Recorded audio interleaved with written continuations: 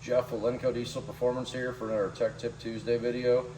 This week I have Cameron Feetsum, one of our technicians. He's actually more on the transmission side here, but he also has got to be elected to do all the LB7 injector jobs.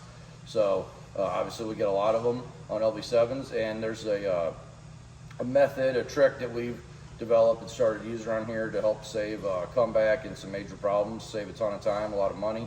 We wanted to show that. So we're going to jump under the hood of the truck, and I'm going to let Cameron run through what we're doing. So anybody who's familiar with LB7s knows that they're very prone for leaking on the injector return line underneath the valve cover, causing your crankcase to get filled with diesel fuel, and that leads to all kinds of different issues. So we developed a method to test it by inserting a barbed fitting into where the return line meets the head. We welded the end of it to isolate the head out of the system, so it checks the integrity of the return line itself. Because if you're in the field or just a person that does it yourself, you know that good parts are hard to come by these days. You can get some cheap lines where they don't fit right, you gotta bend on them, whatever. So good AC Delco lines is what we prefer to use here, and they're just so hard to come by that we had to come up with a different solution to our issue. So we have this gauge set up. So your barb fitting goes here. Click this light on. So your barb fitting goes in here in the front.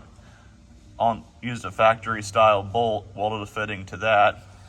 So you have this vacuum gauge set up that we have, and it's a little hand pump. You can pump it up, and it only will create so much vacuum on it, but you can see it's not bleeding off, and it holds pressure very well. You can let that sit for however long you think. You know, I only let it sit a couple seconds because they're minute max. It's not really going to bleed down, but we like to check it before we tear the whole truck apart, just to figure out if there's an issue with it, because you know you can get parts coming or whatever. But if you see when I pump it up, and then if I just crack it loose, it starts to bleed off. So it's a pretty easy telltale way to see if you're actually having an issue in your return circuit, because there's no visible way to see if there's an issue because the cracks are so minor you can't see them, and they like to crack whenever the cracks like to appear whenever you're torquing them down because they twist slightly. But yep, it's just a pretty cool thing that we developed to help our issue that we're experiencing. All right, so as Cameron said, there's a lot of common issues on the return circuit. The biggest problem lately has been the availability of lines. GM lines are near impossible to get. They've been on back order for 4 or 5 months. We have several sets on order so we can have them back in stock, but they haven't been available for a long time.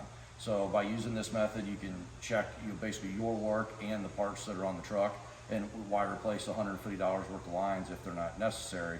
But you also don't want to come back that could potentially be 12 hours worth of work done over for free.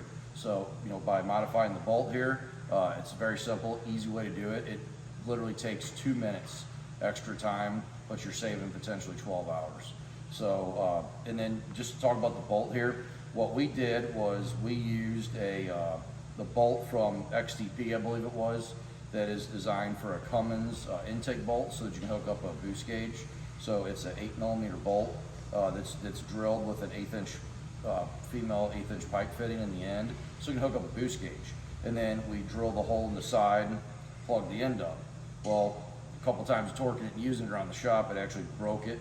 So we took a factory bolt, banjo bolt, welded the end up, and welded the bolt that we had with the fitting to the head of that bolt. So there's many ways you can do this. It's pretty simple. You can get a steel barb fitting. You can get a piece of tubing, weld it to a factory banjo bolt. It's very easy to make this. So works great. Hopefully this saves you a lot of time. Thanks.